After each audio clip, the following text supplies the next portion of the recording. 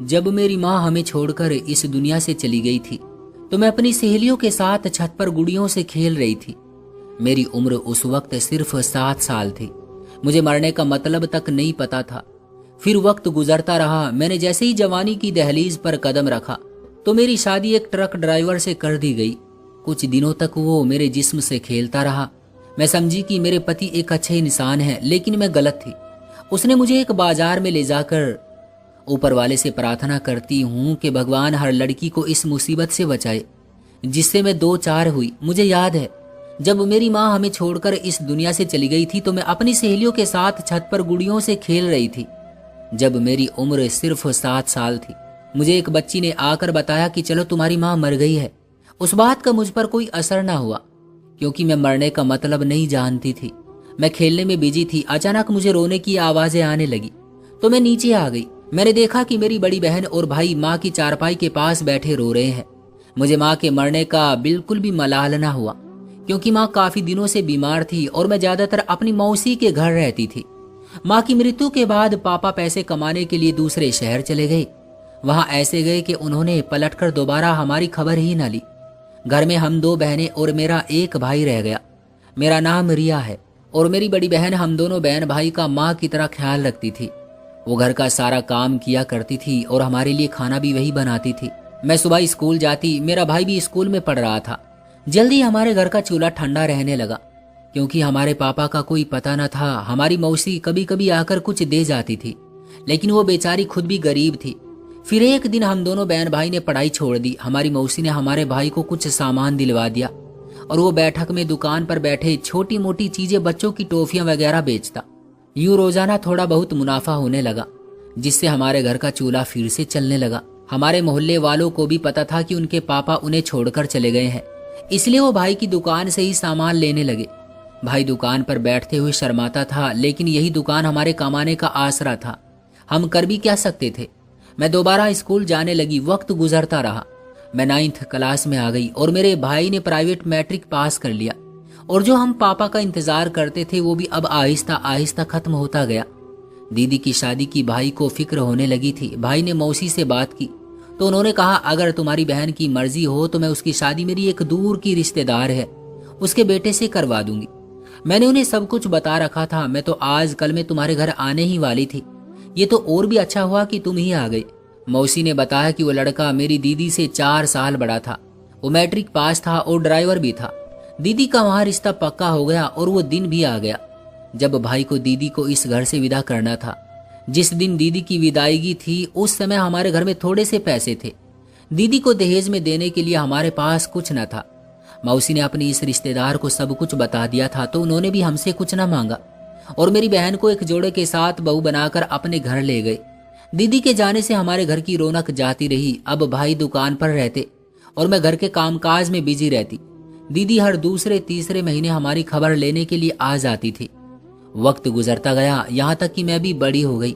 दीदी को मेरी फिक्र होने लगी थी कि मेरी जवान बहन घर में अकेली रहती है। दीदी मौसी से कहती थी कि रिया का भी रिश्ता ढूंढो। मेरा भाई तो लड़का है मगर लड़की के मामले में देर करना ठीक नहीं है।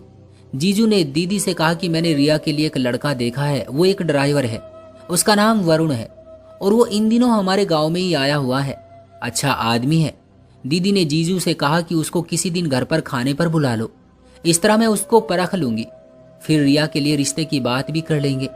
जीजू एक दिन वरुण को घर ले आए। मुझे भी दीदी ने अपने घर बुलवा लिया कि मेहमान आए हैं, तुम आकर जरा मेरे साथ काम में हाथ बटा दो। वरुण ने मुझे देखा और पसंद कर लिया। उसने मेरे रिश्ते की बात की और कहा कि मुझे ये रिश्ता मंजूर है। उसने कहा कि अंधे को क्या चाहिए, सिर्फ 2 आंखें। दीदी ने भी फौरन इस रिश्ते के लिए हाँ कर दी। दीदी ने उससे कहा कि अपने घर वालों को बुलाओ, तुम्हारे मम्मी पापा को शादी में जरूर बुलाना चाहिए। वरुण कह रहा था कि उसके मम्मी पापा का देहांत हो चुका है, भाई कोई है नहीं। मेरे कुछ दोस्त हैं, मैं उनको ले आऊंगा। मेरे रिश्तेदार इतनी दूर हैं कि वो इतनी दूर की यात्रा करके नहीं आएंगे। वो ड्राइवर था और ट्रक चलाता था तो उसकी जीजू से दोस्ती हो गई क्योंकि जीजू भी ड्राइवर ही थे और वो ड्राइवर की आड़ में कोई और बिजनेस भी करता था जिसके बारे में हम नहीं जानते थे। मेरे जीजू बेचारे बहुत ही सीधे साधे व्यक्ति थे। वो हर किसी पर यकीन कर लेते थे और उनकी हर एक से दोस्ती हो जाती थी।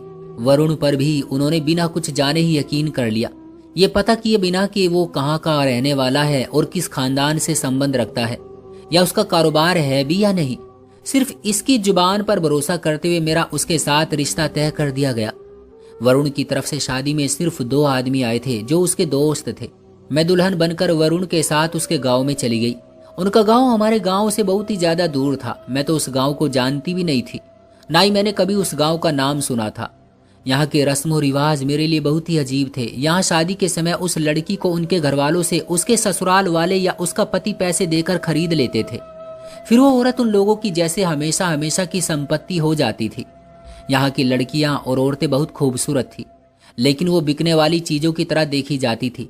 वहां नजदीक ही बहुत बड़ा बाजार लगता था जहां दुनिया की हर चीज बिकती थी। यहाँ इंसान भी बिकते थे।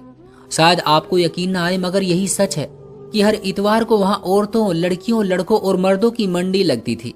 इनको खरीदने वाले इनकी उम्र और शक्ल सूरत देखकर पैसे देकर उन्हें वहां से ले जाते थे।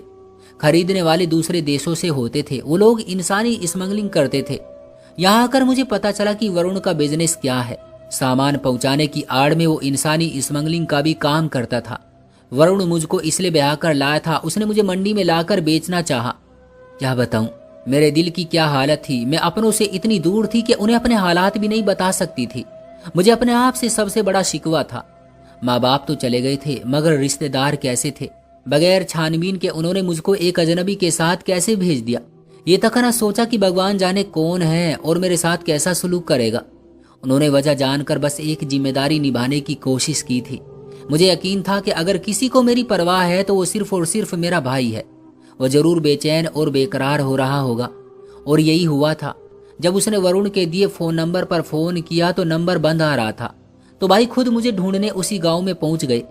भाई उस एड्रेस पर चले गए जो जीजू ने उन्हें बताया था, लेकिन ये एड्रेस गलत था। वहां वरुण नाम का कोई आदमी नहीं रहता था। जिस आदमी से भाई ने वरुण के बारे में पूछा था उसके करीब एक आदमी ये सब सुन रहा था। उसने पूछा, क्या वही वरुण जो एक ड्राइवर है और वो दूसरे शहरों से माल लाता है? क्या उसके माथे पर कोई लाल सा निशान है? हाँ बिल्कुल वही। यहाँ से थोड़ी दूर पर एक गांव है, वो तुम्हें वहां मिलेगा। एक लड़की को वो कुछ दिनों पहले ही लाया है। उसको मंडी में बेचने के लिए चला गया है। उसने उसके 5 लाख रुपए मांगे हैं। जल्दी जाओ और लड़की को बचा लो, नहीं तो उसे कोई ना कोई दरिंदा खरीद कर ले जाएगा।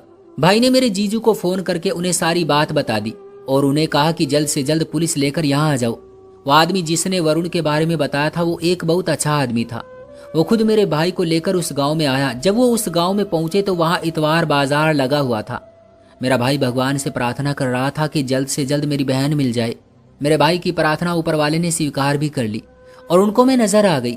मेरे भाई ने उस आदमी को एक तरफ बैठा दिया जो उन्हें वहां लेकर आया था और खुद आकर मेरा हाथ पकड़ लिया। अपने भाई को अपने सामने देखकर मैं बहुत खुश हुई थी। ये भी अच्छा था कि उस वक्त वरुण वहीं मौजूद था। वो वहीं मेरे पास खड़ा था। वो मेरे भाई को अपने सामने देखकर घबरा गया था। भाई ने मेरा हाथ छोड़कर वरुण को पीटना शुरू कर दिया। जब तक वहां वरुण के आदमी पहुंचे थे मेरे जीजू वहां पुलिस के साथ पहुंच गए। पूरी मंडी में भगदड़ मच गई। कुछ पुलिस के हाथ आए और कुछ वहां से फरार हो गए। मेरे भाई ने वरुण को भी पुलिस के हवाले कर दिया। मैं मरते मरते बची थी। मुझे मेरा भाई घर वापस ले आया। एक अनहोनी बात हुई, वरना जो मैंने देखा वो भगवान किसी को भी न दिखाए। मैंने मासूम बच्चों को बिकते हुए देखा। मैं नहीं जानती कि उन बिकने वाले इंसानों के साथ खरीदार क्या करते थे।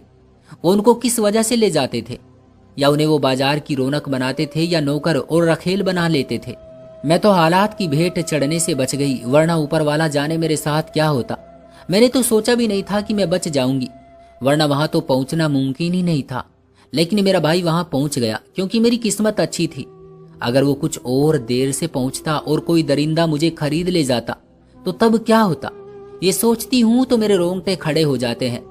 अब दीदी और जीजू शादी को कहते हैं तो हाथ जोड़कर मना कर देती हूँ। अब हमने अपने भाई की शादी कर दी है। वो लड़की इकलौती है। उसके पिता का देहांत हो चुका है।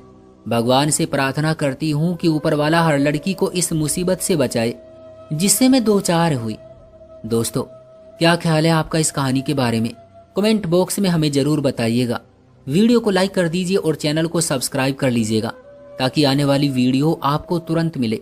मुझे दीजिए अगली वीडियो तक इजाजत। तब तक के लिए धन्यवाद।